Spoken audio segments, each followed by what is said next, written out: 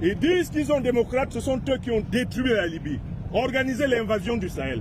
Ils disent qu'ils sont démocrates, ce sont eux qui ont empêché la grande armée malienne de reconquérir Kidal en 2013, qui ont désarmé les forces spéciales maliennes pour que les terroristes s'installent à Kidal avant d'être chassés par les nobles Fama. Ils disent qu'ils sont démocrates et qu'ils respectent l'état de droit, mais quand moi, en tant qu'intellectuel et fils de l'Afrique, je défends sur la base de preuves et de vérités incontestables le continent africain, ils me privent de tout et en viennent maintenant jusqu'à voler mes biens. Mais je ne suis pas le premier à qui ils volent des biens. Ça fait 600 ans qu'ils volent en Afrique. Ils volent l'uranium, ils n'en ont pas dans leur sol. Ils volent l'or, ils n'en ont pas dans leur sol. Ils volent le cuivre, le manganèse, le cobalt, le lithium, ils n'en ont pas dans leur sol. L'Europe est un continent pauvre dirigé par de grands voleurs internationaux. L'Occident est la partie la plus pauvre de la Terre en ressources naturelles et humaines. Ils ne représentent même pas 25% de la population de la Terre, mais ce sont eux qui emmerdent la Terre tout entière en voulant imposer une civilisation frelatée où on ne distingue plus l'homme et la femme. Parfois même, on ne distingue plus la femme et l'animal.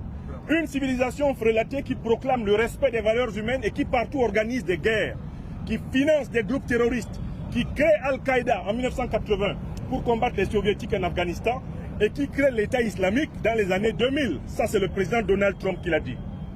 Le Mali est grand et je suis fier d'être devenu un fils adoptif du Mali parce que la vérité qui va s'imposer partout dans notre continent, elle a d'abord été dite, elle a été testée, elle a été vérifiée ici.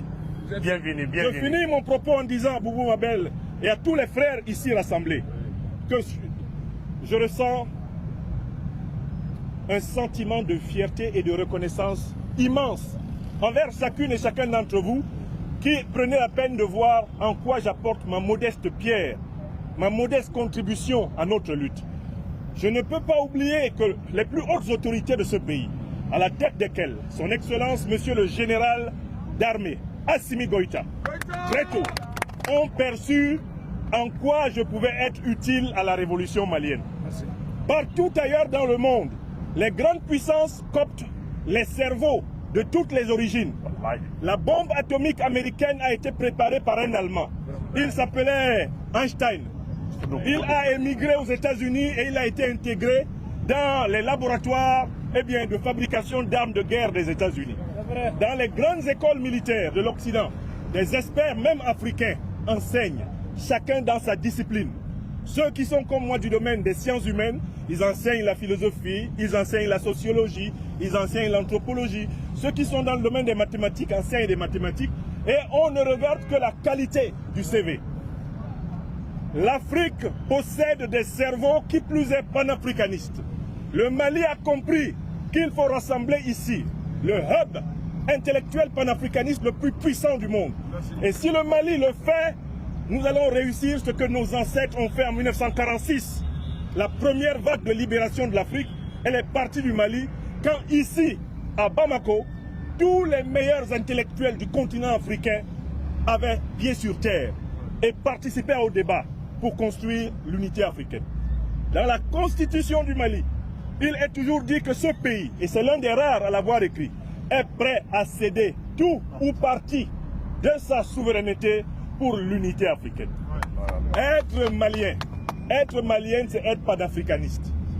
Pourquoi? Parce que cette civilisation fait la synthèse de toutes les civilisations de notre continent et les Maliens ont conservé le lien aux ancêtres que beaucoup d'Africains ont perdu.